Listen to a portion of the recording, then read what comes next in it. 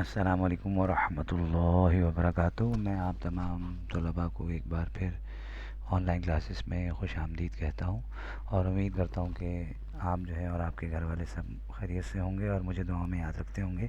پیارے بچوں، آج انشاءاللہ ہم مضمون اردو میں نیا سبق جس کا عنوان ہے بڑھیا کی گائے۔ بڑھیا کی گائے کو انشاءاللہ بلند خوانی جو ہے وہ کی جائے گی انشاءاللہ۔ میں جو ہوں ہر جملے کو 2 سے 3 مرتبہ بلند آواز میں پڑھوں گا، اور آپ سب نے مکمل توجہ سے کتاب میں ہی دیکھنا ہے۔ شہادت والی انگلی وہیں رکھی ہے جس عبارت پہ، یعنی جس لائن پہ، جس جگہ پہ پڑھا جا رہا ہے۔ نئے لفظوں کو سیکھنا ہے، سمجھنا ہے، دماغ میں بٹھانا ہے، ٹھیک ہے انشاءاللہ۔ اردو زبان کی محبت کو اپنے دل و دماغ میں رکھتے ہوئے آپ نے آج کی کلاس میں شریک ہونا ہے۔ اب ہم نیکسٹ ایڈ کی طرف بڑھ رہے ہیں۔ جزاک اللہ خیر۔ عزیز طلبہ کرام، انشاءاللہ آج ہم سبق بڑھیا کی گائے کی بلند خوانی کریں گے۔ بلند خوانی کو جو لفظ ہے، یعنی یہ 2 الفاظ جو ہے، بلند یعنی اونچا، خوانی مطلب دیکھ کے تحریر کو پڑھنا، اس میں نہ کمی کرنی ہے نہ بیشی کرنی ہے، اپنی طرف سے کوئی الفاظ کا اضافہ نہیں کرنا ہے، نہ ہی لفظوں کو چبانا ہے، یعنی پڑھے بغیر آگے نہیں بڑھنا، ٹھیک ہے نا۔ تو انشاءاللہ سبق کی بلند خوانی کی جائے گی، اور انشاءاللہ امید کرتا ہوں کہ پیر کو آپ سب کو موقع دیا جائے گا، پیر اور منگل کو چند طلباء کو موقع دیا جائے گا کہ وہ آن لائن کلاسز میں بلند خوانی کریں۔ جزاک اللہ خیر۔ اب ہم نیکسٹ آرٹ کی طرف بڑھ رہے ہیں۔ پیارے بچوں، اب آپ لوگ مکمل توجہ سے صرف کتاب میں ہی دیکھیے، ٹھیک ہے انشاءاللہ۔ سبق کا عنوان ہے بڑھیا کی گائے۔ اچھا، بڑھیا جو ہے نا، ہمیں سمجھ لینا چاہیے کہ ایک عورت کو کہا جا رہا ہے، اور اس کی گائے مطلب اس کی گائے سے متعلق یہ مکمل واقعہ ہے۔ اچھا، میں پہلی لائن سے سٹارٹ کروں، آپ لوگ صرف کتاب میں دیکھیے، شہادت والی انگلی ساتھ ساتھ آگے بڑھاتے رہیے، لیکن ایک بات پھر میں دہرا رہا ہوں کہ ایک جملے کو میں 2 سے 3 مرتبہ پڑھوں گا۔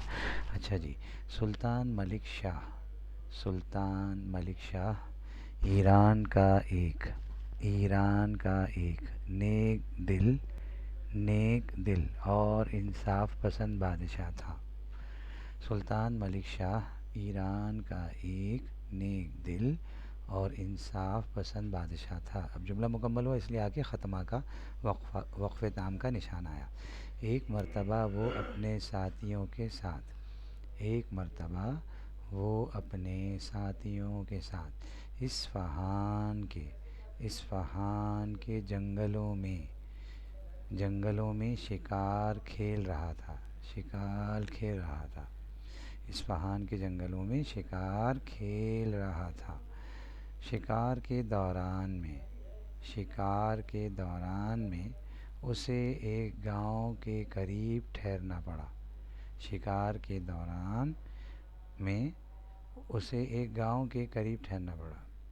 سپاہیوں نے ایک باغ میں سلطان کا خیمہ لگا دیا اور اس کے آس پاس اپنے خیمے لگا لیے۔ کچھ دیر بعد سپاہیوں نے دیکھا کہ گاؤں کے قریب ایک موٹی تازی گائے چر رہی ہے۔ اس گائے کے ساتھ کوئی آدمی نہیں تھا۔ یہاں جملہ مزید مکمل ہوتے جا رہے ہیں تو آخر میں وقف تام کا نشان آ رہا ہے۔ دو تین سپاہی گئے اور گائے کو پکڑ لائے۔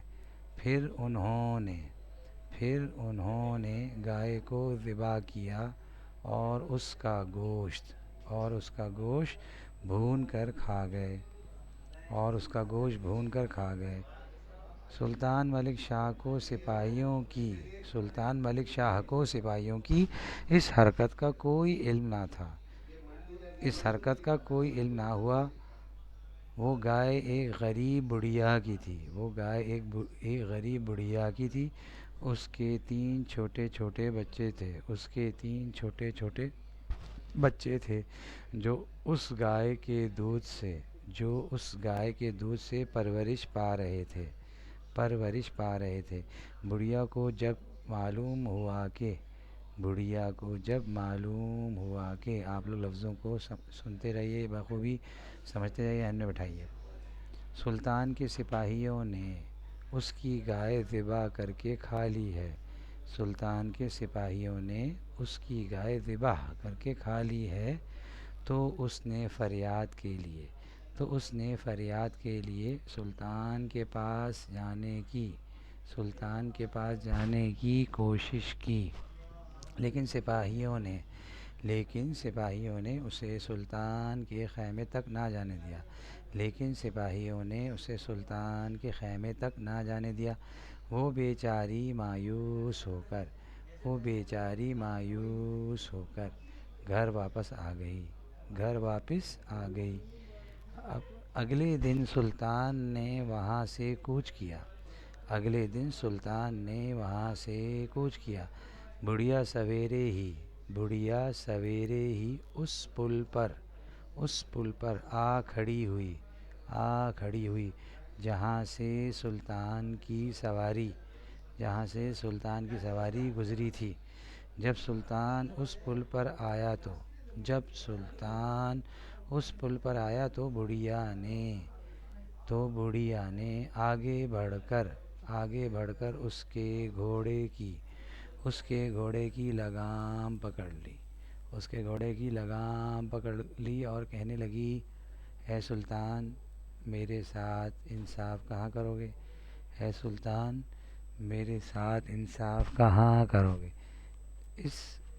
اس پل پر یا اس پل پر؟ سلطان ملک شاہ فوراً سمجھ گیا کہ اس پل سے بڑھیا کا مطلب پل صراط ہے، جس پر سے قیامت کے دن ہر شخص کو گزرنا ہے۔ بڑھیا کی بات سن کر وہ خوف کے مارے سر سے پاؤں تک کانپ اٹھا، یعنی اللہ کے خوف سے، یہ بات سننے کے بعد اللہ کے خوف سے وہ کانپنے لگا۔ فوراً گھوڑے سے کیونکہ گھوڑے پہ سوار تھا، اور کہنے لگا، بڑی بھی پل صراط کی تاب مجھ میں نہیں ہے، میں اسی پل پر تمہارے ساتھ انصاف کرنے کے لیے تیار ہوں۔ آگے لفظ ہے اپنا، پھر اس جو ہے نا اگلے پیج جو 66 ہے 66 پیج نمبر، وہاں سے ہم شروع کرتے ہیں۔ جزاکم اللہ خیر۔ اس صفحے پہ جو صفحہ نمبر 66 ہے 66، اور پچھلے صفحے پہ بھی چند تصاویر کے ذریعے سے منظر کشی کی گئی ہے اس واقعے کی۔ اچھا، وہاں پر جو آخری لفظ پچھلے صفحے پہ تھا وہ اپنا تھا، اور اس کے بعد سبق سے متعلق اہم الفاظ کو گلابی رنگ سے پرنٹڈ کیا گیا ہے، جس پہ ہم بات کرتے ہیں انشاءاللہ۔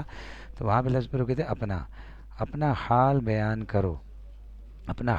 کرو، یہ سلطان نے اس بڑھیا سے کہا تھا، اور بتاؤ کہ تمہارے ساتھ کیا ظلم ہوا ہے۔ اپنا حال بیان کرو اور بتاؤ تمہارے ساتھ کیا ظلم ہوا ہے، اور کس نے کیا ہے۔ بڑھیا نے کہا، تمہارے سپاہی میری گائے ذبح کر کے کھا گئے ہیں۔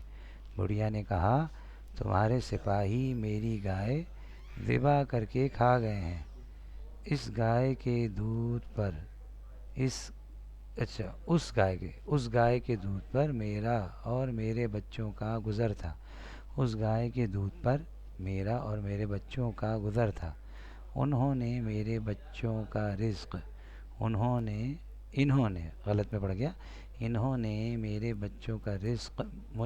چھین لیا ہے۔ اب اگلی بات شروع ہوتی ہے۔ سلطان نے افسر سے پوچھا، سچ بتاؤ، سلطان نے افسر سے پوچھا، سچ سچ بتاؤ، کیا واقعی تم نے اس بڑھیا کی گائے ذبح کر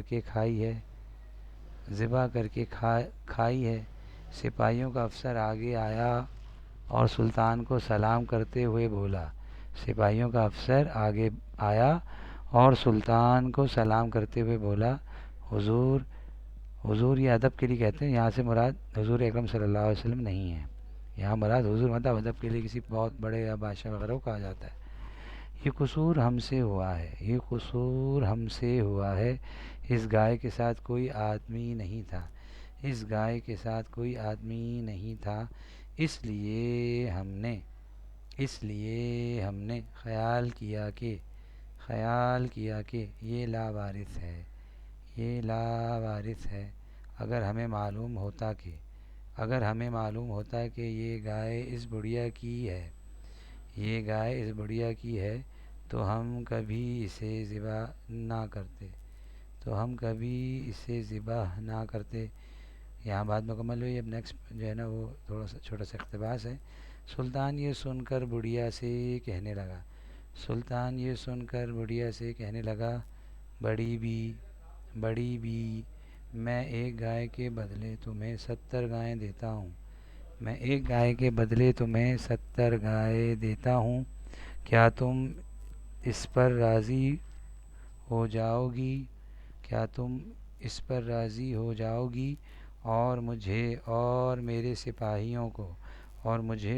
سپاہیوں کو معاف کر دو گی؟ حالانکہ سلطان کا اس میں قصور نہیں تھا، سپاہیوں کا قصور تھا۔ بڑھیا کو اور کیا چاہیے تھا، وہ فوراً رضامند ہو گئی۔ سلطان نے اسے 70 گائیں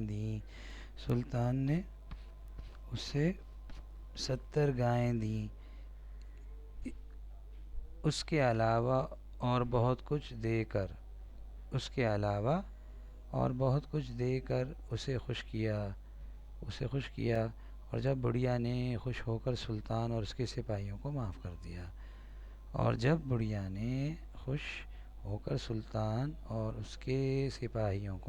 دیا، تب سلطان نے آگے قدم بڑھائے۔ جزاکم اللہ خیرہ۔ اب آپ کا گھر کا کام یہ ہے تفویض کار کے سبق بڑھیا کی گائے کی 2 مرتبہ بلند خوانی کر لیجئے۔ اس سبق کی مکمل توجہ سے کسی بڑے کی موجودگی میں، چاہے آپ کے ٹیوٹر ہوں یا والدہ والد جو سمجھدار ہو، ان کے سامنے اس سبق کی 2 مرتبہ بلند خوانی کر لیجئے۔ جزاکم اللہ خیرہ۔ السلام علیکم۔